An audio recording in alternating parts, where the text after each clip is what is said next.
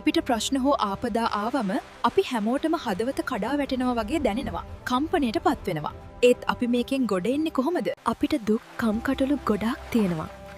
ඒත් අපි ඒවා අභියෝගයක් විදියට අරගෙන ඉස්සරහට යන්න ඕන. මුරින්ම අපි අපේ අභියෝග හඳුනාගත යුතුයි.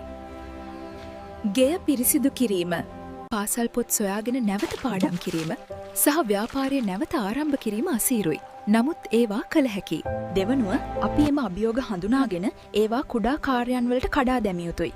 හරියට සැතපුම් දහසක් ගමන් කිරීමට පියවරක් ගන්නවා වගේ. අපි මෙතනදි කරන්න ඕන දේ තමයි අභියෝග පොඩි වැඩ කොටස් වලට කඩලා එකින් එක සෙමින් මුණ දෙන්න. තුන්වනුව අපි අපේ මනස විචාරශීලීව සිතන්නට පුහුණු කළ යුතුයි. ඇයි මට විතරක් මෙහෙම වෙන්නේ කියලා හිතනවා වෙනකොට මම මේක හදන්නේ කොහොමද කියලා හිතන්න ඕනේ. හතරවනුව ඔබට සැබවින්ම සහාය වන පුද්ගලයන් සමග සිටින්න.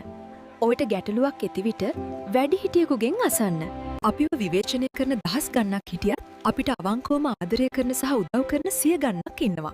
ඔවුන් සමග කතා කරලා උපදෙස් ගන්න. පස්වනුව මානසිකව සහ ශාරීරිකව සුවය ලබා ගැනීමට උත්සාහ කරන්න. නිරෝගී සුවය උතුම්ම ලාභය බව ඔබ අසා ඇති. හයවෙනි කාරණය තමයි නම්‍යශීලී වෙන්න. සමහර වෙලාවට අපේ සැලසුම් හරියටම ක්‍රියාත්මක වෙන්නේ නැති වෙන්න පුළුවන්. ඒක කමක් නැහැ. ඔබට පියවර 10ක් ඉදිරියට තියන්න බැරි නම් අඩුම තරමේ පියවර 3ක් හරි තියන්න. හත්වනුව කරදරවලදී අපේ සිත් සංසුන් කර ගැනීමට පුරුදුවන්න. ව්‍යායාම සහ භාවනාව අපේ මනස එකඟ කරගන්න උපකාරී වෙන්න. අටවනුව ඔබට එත්තටම කළ යුතු දේ සොයාගන්න. ඔබට එය අද කල නොහැකිවද ඔබට ඒ කවද හෝ කළ හැකි බවත් ඔබට ඒ සාක්ෂාත් කරගත හැකි බවත් මතක තබාගන්න. නවවැනි කාරණය සැම ජයග්‍රහණයක්ම නිහතමානීව සමරන්න. කන්දක් නගින්න පියවර දසදහසක් තියෙනවා නම් පියවර 1000ක් නැගලා විවේකයක් ගන්න. වටපිට බලන්න.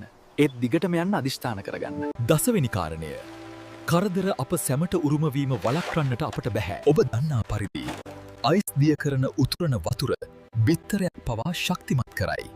එහෙම නේද? මට විතරක් නෙවෙයි. ගංවතුරින් පීඩාවට පත්වුණු මව් ලංකාවේ දරුවන් දසදහසක් ඉන්නවා.